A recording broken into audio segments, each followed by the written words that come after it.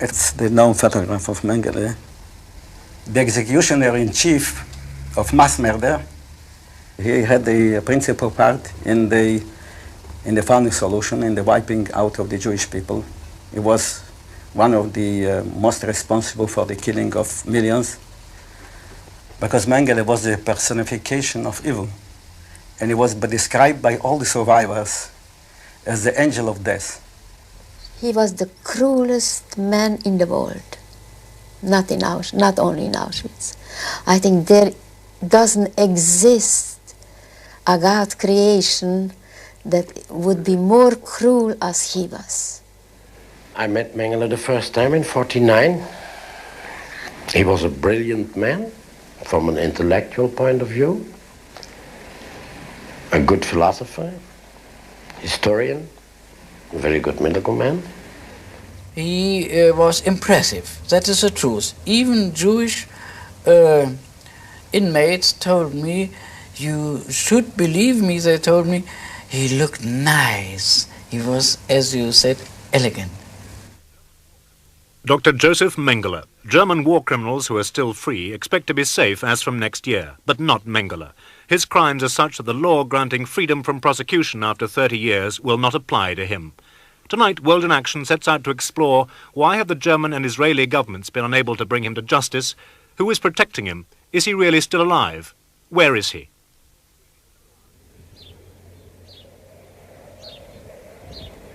Hitler saw Auschwitz as the most efficient system he had for killing Jews and other undesirables. Mengele, as a geneticist, saw it as a vast laboratory with unlimited human material for experiments. There he set out to prove scientifically that Jews were an inferior race. Their first encounter with Dr. Mengele was when the train pulled in at Auschwitz.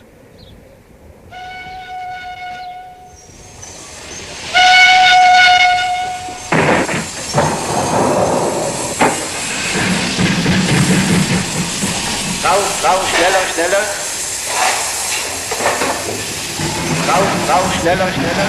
And we stepped down from those cattle trains and we came straight to those selections through the doctors. We stand in front of Dr. Mengele, which that time I didn't know that is the name of Dr. Mengele. He pointed out with his thumb, one to the right, one to the left. To the right it meant life, to the left meant death. And this is the way we remained in life, through Dr. Mengele. The old ones, they went to the left immediately, to the left meant death. Children, this was his first thing, to destroy the children. Immediately he pointed out to the left.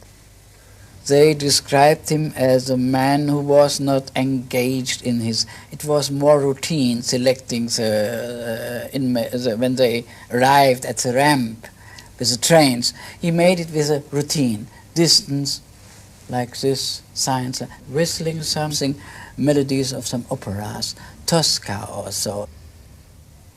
How did he strike you? Extremely handsome, like a film star. We called him Rudolph Valentino. Everyone, yes. But he never looked nobody in his eyes. Mengele spared few at the railhead. Margaret Englander and her daughter were among the lucky ones. Struck by their beauty, Mengele set them to work for him instead. For over a year, Margaret Englander was his clerk at selection time. So he said, it's all right, she should stay, yes. And my child became his messenger. This is between thousands and thousands, one child remained in life. Mengele was doctor in charge of the women's and children's camp. Some women he spared at the railhead for work. Later, when they grew too weak, he selected them to die. Because Margaret Englander saw these selections, she is now West Germany's chief prosecution witness against Mengele. The selection started 5 o'clock in the morning in front of the barracks. There have been 28 barracks. In front of every barrack, there have been women standing in nude. clipped off hairs, standing in a row, again all nude, all women. Many times women whom they knew already where they are going fell on the knee to him, and they were asking him, pleading to him for life. He looked mostly on the bodies, and when he saw a woman was pregnant, he put on with a red pencil a cross of the chest. It meant dead. He just wanted to destroy those women who have been pregnant. Did he speak to the women when he selected them for life or death? Never. To nobody. He didn't open his mouth. Never. Mengele's medical experiments were a personal obsession, started before the war at Frankfurt's Institute of Racial Purity. Wounded on the Russian front in 1943, he asked to be posted to Auschwitz to continue his laboratory research. He was fiercely ambitious to rise in the Nazi Party. Mengele wanted to be the first scientist to prove the Führer's racist theory that Jews were subhuman. Mengele also wanted to breed a master race of blue-eyed, blonde-haired Germans. This meant he had to study how natural characteristics can be altered, and for that he needed twins. This special compound, Block C, was found full of twins at the end of the war. Mengele studied twins to learn which qualities could be developed from identical raw material. He made comparative studies on pairs of twins by dissecting them dead and alive.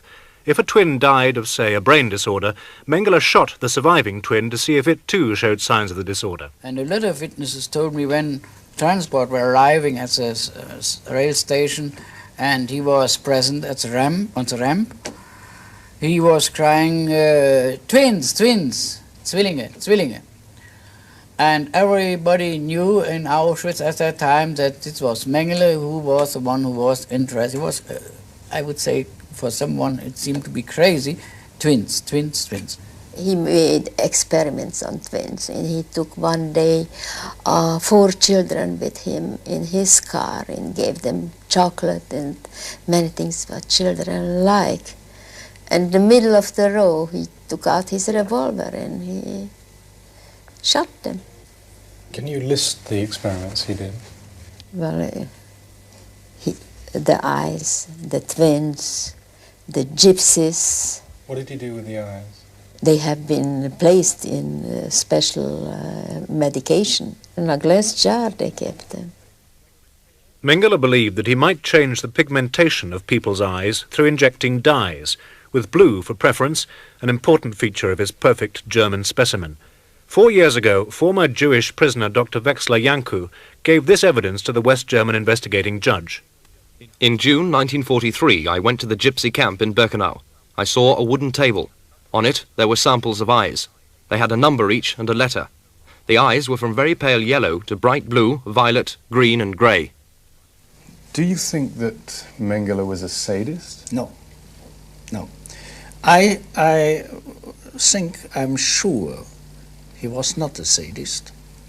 And I have proof from my comrades who has observed him by his work. He was not a man, der durch seine Triebe gezwungen war, das zu machen. Er war ein Mann, der durch seinen Intellekt bewogen wurde, das zu machen. Das ist meiner Meinung nach viel schlimmer.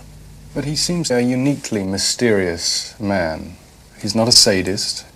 He gives children sweets, and then he kills them. What sense do you make of that? What sense do you make about the atrocities of the Nationalsocialists? Not all the Nationalsocialists were sadists. And they make the murders of millions. And they make the murders of millions mit einem guten Gewissen. My feeling was that he was always looking for a scientific reason why anti-Semitism was a need for Germany at that time. I believe he sterilized your daughter. But through an injection. As I said, that we have been just lucky. He finally selected her to die. Yes. He selected her to die. 2 days later, we have been liberated. Mengele fled Auschwitz in January 1945, just before the Russians liberated the camp.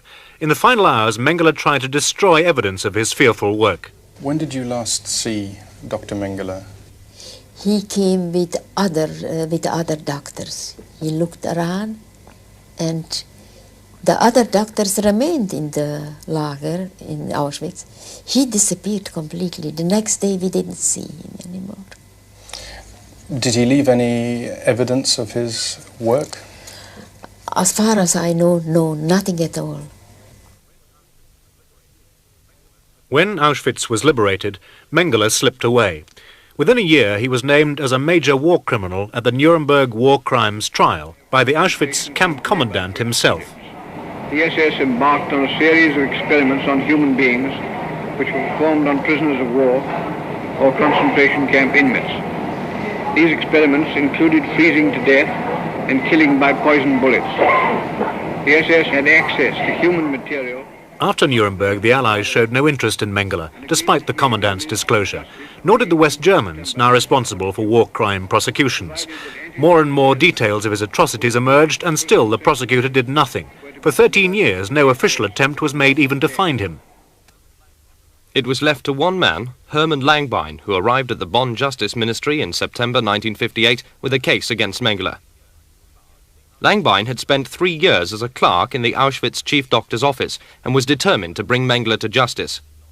But at first, the Bonn officials ignored his dossier of evidence. What happened when you presented your dossier of evidence against Mengele to the German Justice Ministry in Bonn in 1958? He has answered he is not responsible for this question. It is a question from one of the 11 states of Germany. And he asked me in what state is Mengele born, in what he was living. And I can't answer. The German justice in this time has no interest at all in the trials against Nazi murderers. But 5 days later, Langbein did discover where Mengele was born. He found a scientific paper written by Josef Mengele. I have heard in Frankfurt from a woman who was also a prisoner in Auschwitz, and with her I have spoken about the case Mengele and the other cases, that she has found in a book, in a scientific book, the name of Mengele, and there was written the date of the birth of Mengele and the city where Mengele was born, Günzburg. Allied and West German government indifference wasn't the only reason for Mengele's freedom. Günzburg, a small town in Bavaria, was dominated then and still is today by Mengele's father's firm, Karl Mengele & Son, farm machinery manufacturers. In such a place, Mengele could hide, and few would dare inform on the boss's son. World in Action discovered that Mengele lived safely in the family house for the first 4 years after the war. Horst Seidelmeier, an ex-Mengele company director, also confirmed this to Judge von Glasenapp in his investigation. And he told me that Mengele came to Günzburg after the war. I cannot exactly say the time, but there was no problem, so far as I know now. It was no problem that Mengele was there, and then he left. Why was there no problem about Mengele? Because nobody was interested for him. You must know the impact of the Mengele family in Günzburg, the most important family of the whole town. All people works for Mengele there. Early in 1959, Langbein made an even more important discovery. Mengele had fled to South America. A short time after this, I have learned that Mengele has divorced his first wife in Düsseldorf, and that his lawyer has a paper signed by Mengele, and there is written Buenos Aires. And this is a sign that he is living in Argentina or in Buenos Aires direct. Mengele had been hiding in Buenos Aires since 1949. It was here in 1959, 10 years after he arrived, that the hunt for Mengele really began. He evidently felt safe, since in 1956 he approached the West German embassy there and applied in his own name to be registered as a permanent resident. World in Action learned that Mengele had entered Argentina on this false International Red Cross passport, first issued in Genoa, Italy in 1949 in the name of Ludwig Gregor. This is not, in fact, a picture of Mengele, who looked more like this in 1949. Instead, police experts think it's an early shot of the man on the right, Mengele's younger brother, Alwaz. According to a handwriting expert, material grounds exist to show that the signature Gregor was written by Mengele himself. Mengele even felt secure enough in 1956 to submit this real picture of himself, now with a moustache, to the German embassy in Buenos Aires. He told the embassy he'd been using the false name Gregor and his real name was Josef Mengele. The embassy apparently helped him get an Argentine identity card. Mengele settled in the fashionable Buenos Aires suburb of Vicente Lopez, where he bought a house here in Tucumán Street.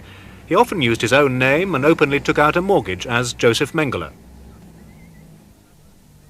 Dutch-born Wilhelm Sassens, sentenced to death in Belgium as a member of the Nazi counter-espionage organization, the Abwehr, has known Mengele since 1949.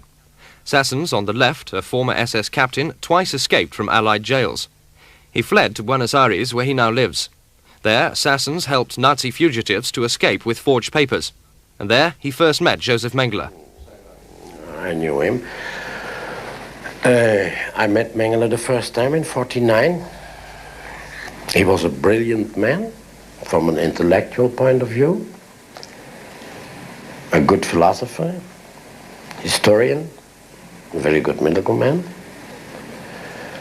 So if you take his case and you see the stories, the horrible stories they are talking about, selecting eyes and I don't know all what, there's no mean, that we have no means at our disposal to prove the contrary.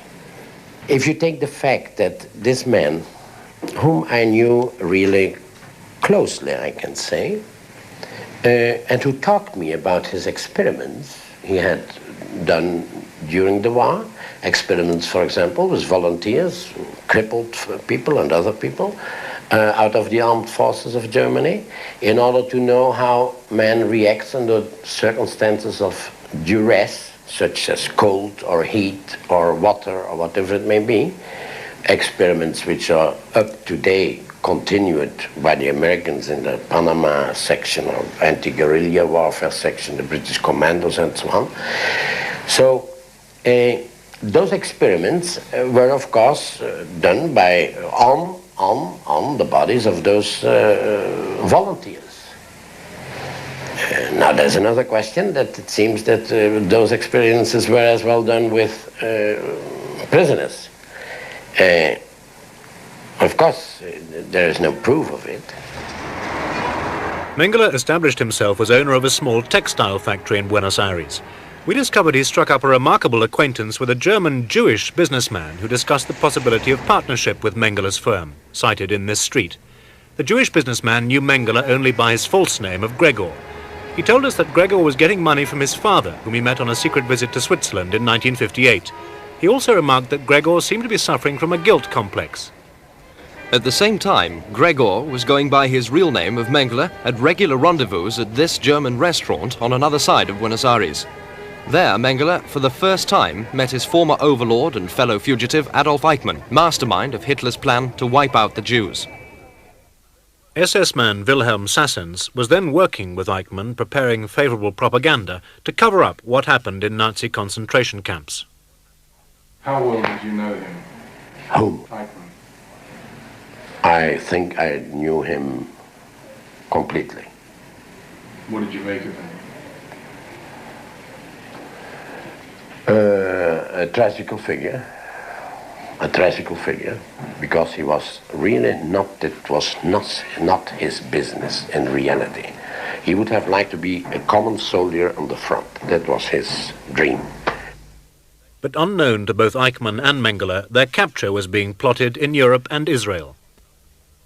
The West German authorities, after more persuasion, issued this arrest warrant for Mengele in June 1959, following Hermann Langbein's discovery that he was now in Buenos Aires. And agents from the Israeli Secret Service, Mossad, were watching this house in Buenos Aires. As an astonished world later learned, the Israelis kidnapped its tenant, Adolf Eichmann, to stand trial in Jerusalem. But first they held him in a secret house in Buenos Aires. But few people know the Israelis nearly pulled off a second coup by capturing Mengele as well, with Eichmann's help. Isa Harel, Mossad chief, led the hunt in the city. It was only after this operation was assured that we could turn to Mengele. Before departing for Argentina on the Eichmann operation, I looked through the files of all the major war criminals who were believed to have escaped to South America. And in particular, I studied on the dossier of Mengele. This was the dossier that Harel had built up on Mengele. Round-faced, able to create impression of gentle, well-mannered man. Appearance not typically German, closer to Mediterranean type. Height, 174 centimeters. Hair, chestnut, straight, front wave. Eyes, bright blue, smiling, almond-formed, probing eyes of striking beauty. Harel held Eichmann in the Buenos Aires hideout, interrogated him about Mengele, and discovered the curious power Mengele now had over his wartime overlord. At the moment the name of Mengele was mentioned, Eichmann went into a panic, and he refused to tell us anything about Mengele. It wasn't out of sense of loyalty or something like this. I think it was just of sheer funk, of sheer fright. Why do you think Eichmann was frightened of Mengele? I'm not sure, but he might be supported by him, or he might be just afraid of him because he was a powerful, a very maybe a strong personality amongst the Nazi refugees in South America. But eventually he told us something. He mentioned the name of a certain boarding house, and we understood that it was a refuge for war criminals, and it might be that Mengele found refuge there. He admitted to us that Mengele had been in Buenos Aires, and it's what encouraged me to try to check on the house. I was considering a commando operation on the house with the object of checking the identity of all the tenants of the house. And if Mengele was there, just to take him by force. What I had in mind was to bring Mengele to the plane just before takeoff, once Eichmann was already safely on board, and to put him just the last moment. And this was my plan, but unfortunately, it didn't work this way out, because the last-minute check on the house proved beyond any doubt that indeed Mengele left the place a little while ago. How many weeks before? Only a couple of weeks ago. How is it that a man like Mengele hasn't been caught, whereas a man like Eichmann was caught? You know, I've been on the run myself a long time enough in order to know that you can't say why this one yes and this other one no. I mean, there's a lot of luck by it as well, and a lot of course of brains as well. And I suppose that's just. I mean, they are two completely different kinds of people, Eichmann and Mengele. So, moreover, Mengele does dispose could dispose of own means, so which Eichmann never had, and so that can facilitate in some way, not in a basic way, but in some way it can facilitate, let's say, this continuous moving around. But the Germans were now trying. In June 1959, the West German embassy in Buenos Aires asked for the extradition of Josef Mengele. In response to the request, this Argentinian judge, Jorge Luque, sent 2 policemen to arrest Mengele at a new address. The police reported back that he'd escaped. Judge Luque told us he thinks that Mengele bribed the police to say he'd fled. Mengele had moved his home from Argentina. He fled across the border to neighboring Paraguay, wanted by the West Germans, the Israeli Secret Service, and now the Argentine police. Unlike Eichmann, Mengele was a step ahead of his hunters. He'd made an earlier trip to the Paraguayan capital to befriend influential Nazis close to President Stroessner, military dictator of Paraguay, and he'd acquired Paraguayan citizenship. In part 2, we show how, in the face of all efforts to find Mengele, President Stroessner has personally shielded the SS doctor.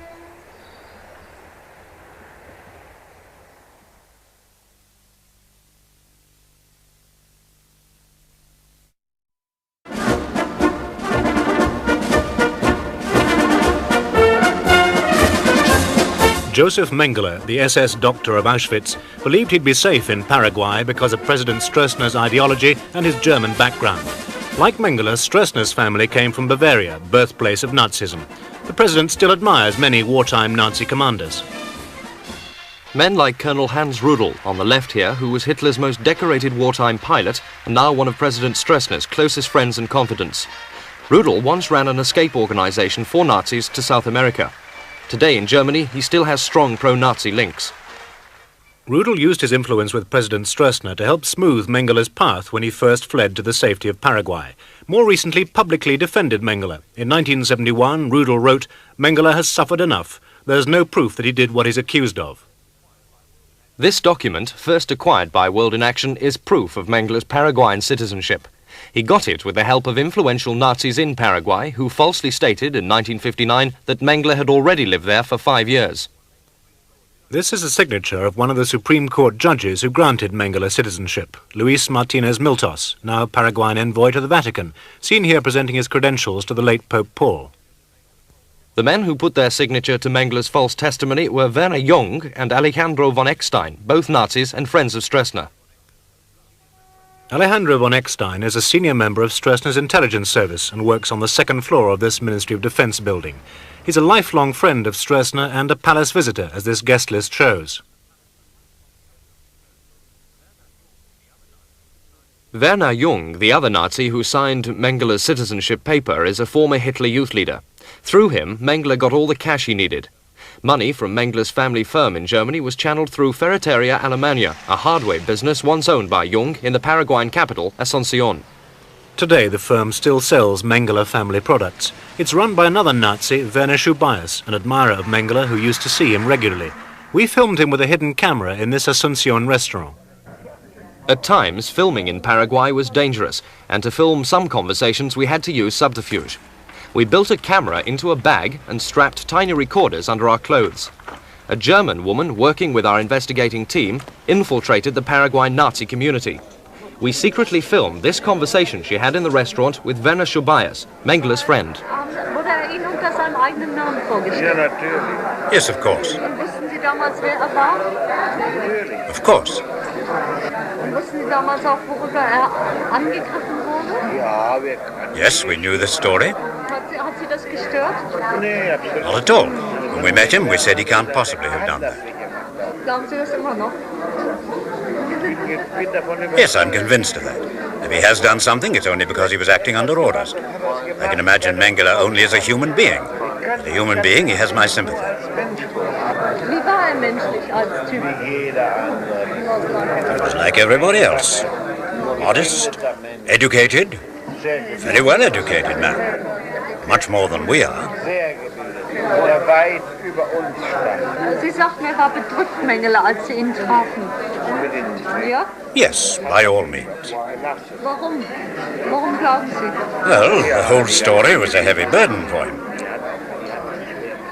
Und was hat er gemacht? Hat er gar nichts gemacht? Oder Nothing. wovon hat er gelebt? He had a checkbook. Mengele bought a house in this Asunción street, and there he was planning to set up a pharmacy business. What he didn't realize was that the Israeli Secret Service had tracked him here from Buenos Aires. Do you recall inquiring about a pharmacy in Asunción? Oh yes, it reminds me that I remember sending people to check on a certain pharmacy. I don't remember exactly what was the purpose of it, but it had some connection with Mengele. Possibly Mengele got wind of this. From now on he kept moving, first to the quiet border town of Encarnacion, with Argentina on the far bank, easily accessible by boat across the river Parana.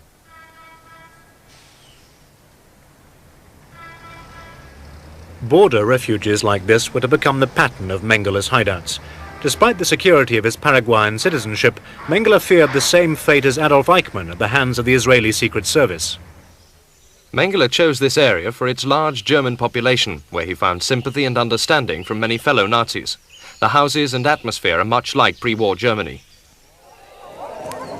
These are German settlers celebrating a midsummer ritual popular in Hitler's Nazi Germany, but now banned in West Germany because of that.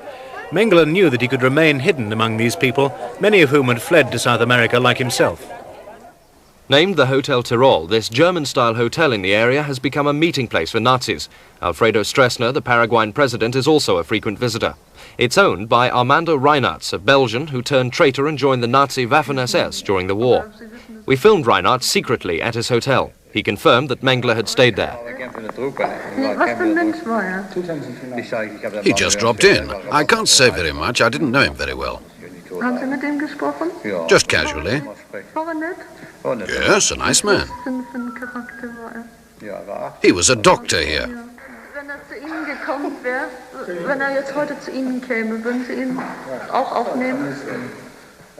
Yes, why not? I must live from my hotel. If a man turns up at my hotel and he comes here, he's accepted. What was this man accused of? He was a doctor in the camps. We always hear the rubbish that you probably know was written in the newspapers. Oh, that's rubbish. I don't believe that. Mengele also hid in this remote farmhouse 20 miles from the Hotel Tyrol for several months in 1962.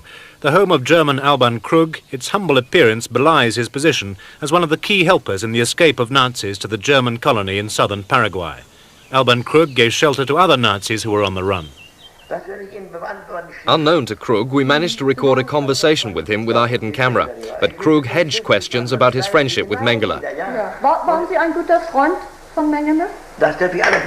I am not allowed to say. Who can guarantee that? You believe that a man like Mengele came here, or it has even been said that I had Bormann here. My house was a strange house, you can believe me.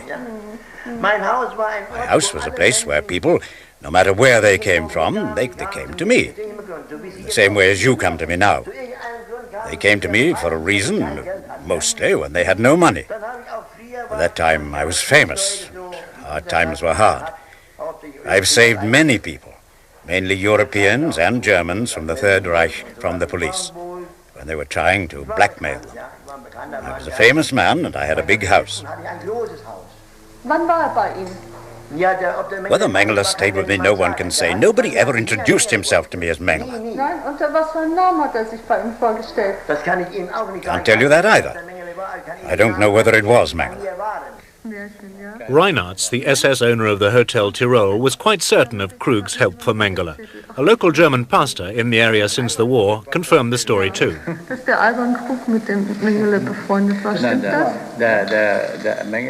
Mengele lived with Alban Krug.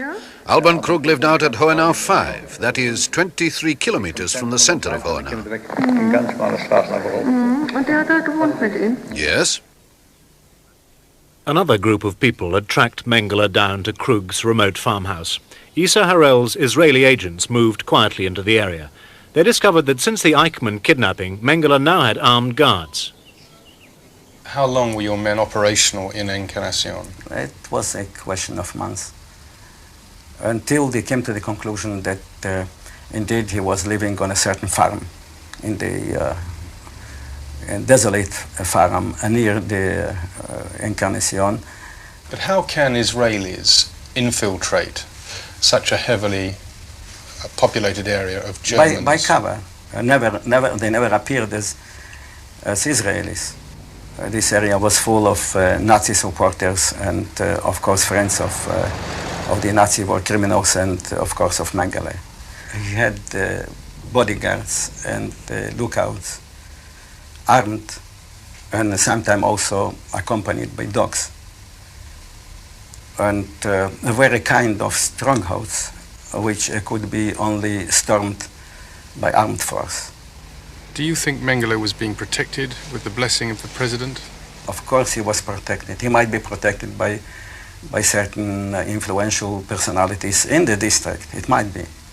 But as in a dictatorship, as it was in Paraguay, we could suppose that it was with somehow with a blessing of higher authority, but I can't say more. Did you consider a commando operation on Mengele's hideout in southern Paraguay? Not, because all these hideouts were strongholds, and they could have been stormed only by armed force, and this, of course, was out of the question in the situation at the time. So I gave up. Alban Krug, while he was being filmed by our hidden camera, talked of the kind of protection that he had surrounding his farm at the time. I wouldn't advise anyone to start anything with me, I can tell you that. Anyone who laid hands on me wouldn't get out of here alive. He wouldn't get out of here alive. Gab es Leute, die versucht haben, sie einzuschüchtern? Oder Yes, yes. Dass es Israelis gab, die den Mengele besucht haben und umbringen wollten. People do talk about that. They do indeed. Many people came here to spy on me. Yes, yes. Krug's protection signalled the end of the Israelis' attempts to capture Mengele alive. We believe Harel was left with one alternative, to assassinate Mengele. But Harel's later resignation over another issue ended his plans to infiltrate a killer into Mengele's circle of friends. The West German embassy were now active in the hunt. By 1963, members of the staff had tracked Mengele to the same dense jungle region as the Israelis. There, they discovered that for the first time since he fled Auschwitz, Mengele had returned to medicine. Officials learned that Mengele, calling himself Dr. Jose, had treated a woman patient. She was then told by a Nazi friend of the doctor's real identity. Mengele's practice was in Capitan Mesa, 20 miles from Krug's fortified farm. Some of Mengele's patients were Germans and Nazi settlers and their families who still dominate the area today. Issa Harel remembered Mengele's work as a doctor too. We had information with regard to this, that Mengele used to his experience as a doctor to make some practice, might be on his Nazi friends who couldn't turn to the regular medicine help. Again, Mengele's hideout was on the river Parana, should he need to make a quick move to Argentina on the far bank. The area also has many military zones that could afford Mengele extra protection. The Israelis' earlier belief that Mengele was protected by President Stroessner's own men signalled a political row that's lasted till today.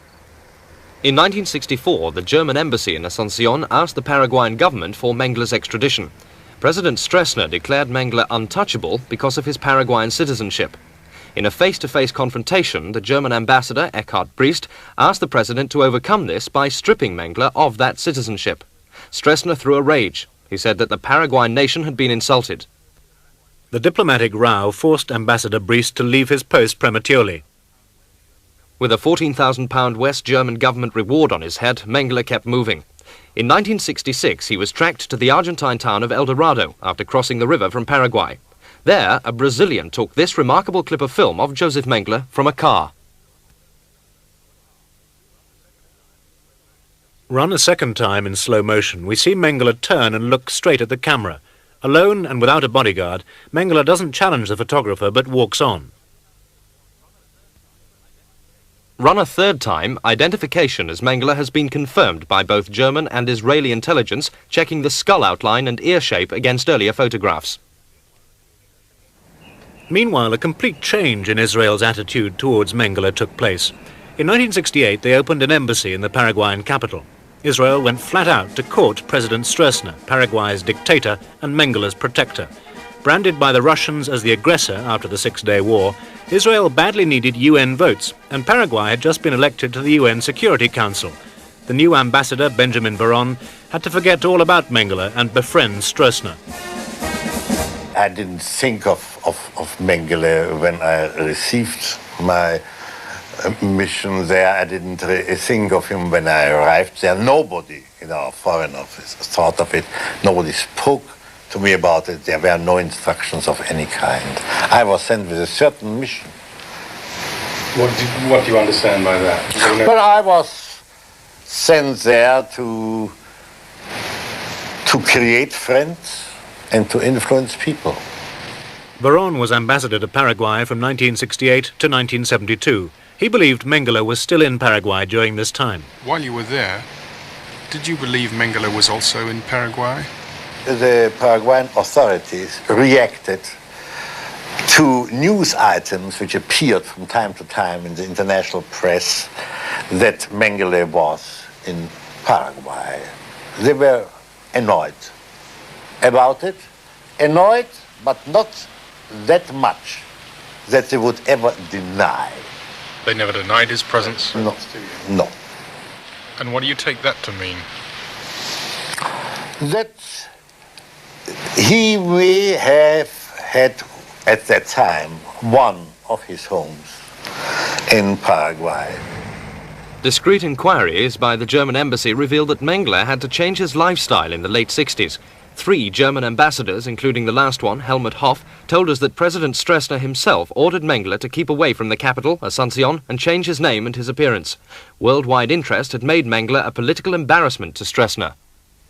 Can you describe the time when the Paraguayan foreign minister suggested that the issue of Mengele might best be dealt with by Israeli commandos? Well, he didn't speak about of Israeli commandos. At one of our meetings where he expressed his unhappiness about this matter popping up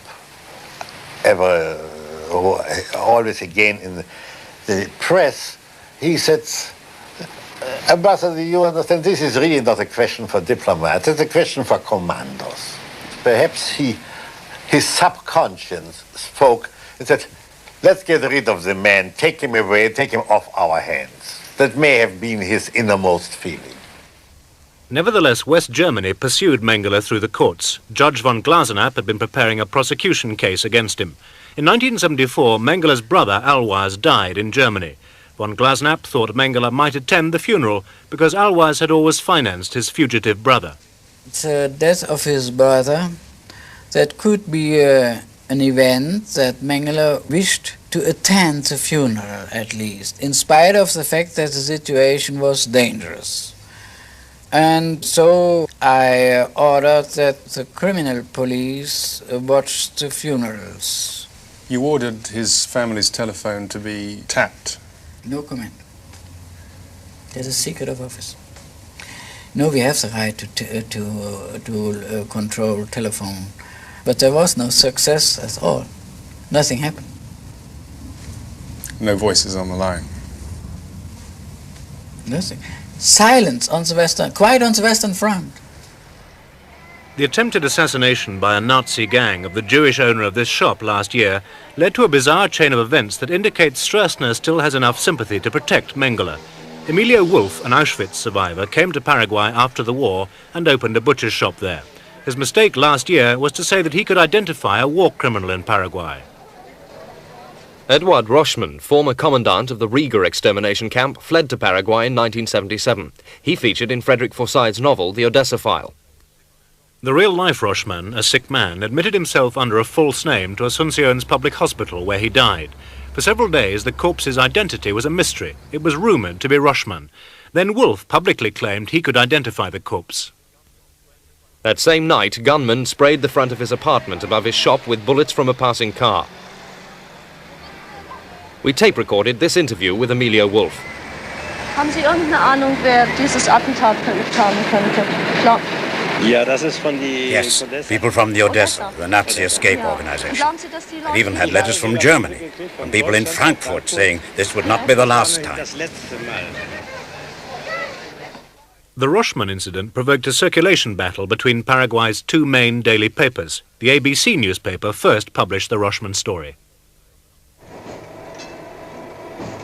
The rival newspaper, Goy, owned by Stroessner's son-in-law, Dominguez Dib, retaliated by publishing a middle-page spread on another famous war criminal, Josef Mengele.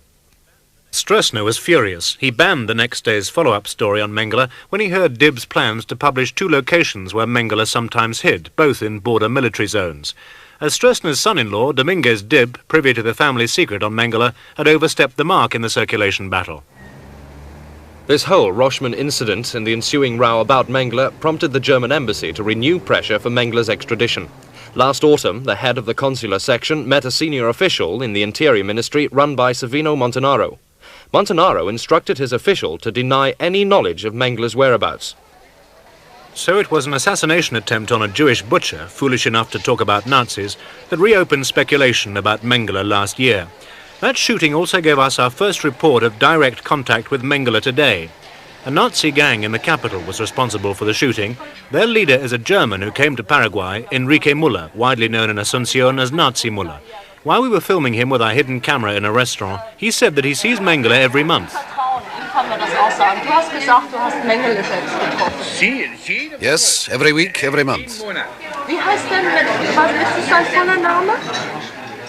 That's the way people get interrogated. We meet regularly every month to play cards. Just like you and me. All he did then was his duty. What the Americans do today, the same bloody experiments which Mengele carried out then. Everybody knows Mengele here.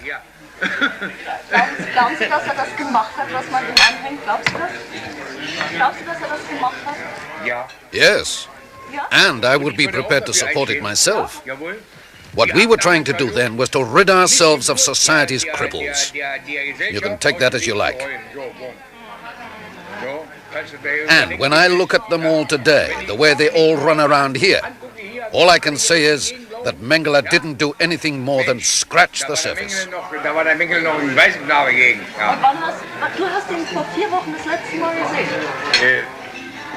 8 years ago, I saw him for the first time at a farm.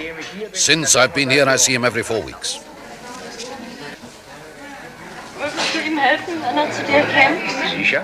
Certainly.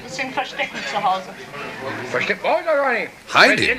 Well, no, I wouldn't need to hide him. The president says he's a Paraguayan citizen. I needn't say any more.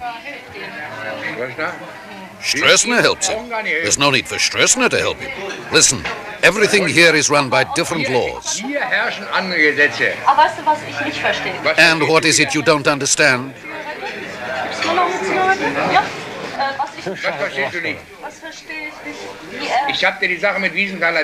When we began to press Müller for details of how Mengele received his money, he grew increasingly suspicious. He'd got a brother who was a millionaire in Germany. How do I get my money from Germany?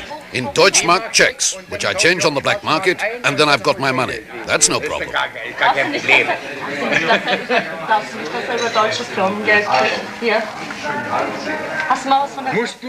Do you have to ask such stupid questions? You shouldn't. Leave Mengele alone. Ja. Ja, du. Und was war das mit dieser Roschmann-Geschichte? Now you are beginning to sound dangerous to me. Now we'll have to find out what you're really up to. You should stop asking stupid questions. This man certainly knows where Josef Mengele is today. He's his lawyer in Paraguay, Luis Maria Argaña, a friend of President Stroessner, a palace visitor, as shown by this presidential visiting list. Argaña was sent to Washington this summer to defend Paraguay's appalling record on human rights. Argaña specializes in defending criminals and Nazis who fled to Paraguay against extradition. Argaña is in contact through Swiss intermediaries with this man, Fritz Steinacker, Mengele's lawyer in Germany. Steinacker's Frankfurt-based firm defends Nazi war criminals in Germany today. Fritz Steinacker acted for Mengele in the recent West German investigation into his crimes.